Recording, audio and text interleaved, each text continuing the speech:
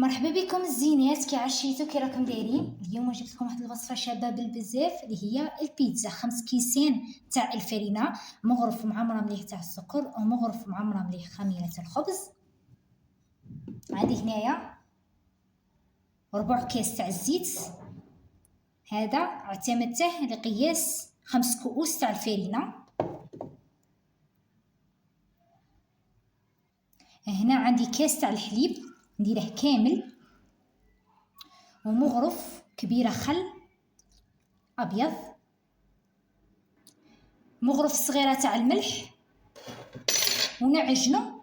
ومن بعد يخصنا نزيدو الماء، نكملو بالماء الدافي. صاي نديرو كاس تاع الحليب ونكملو بالماء دافي. عجينه ساهله ماهله. هنا نزيدو الماء، عفوا الزينات.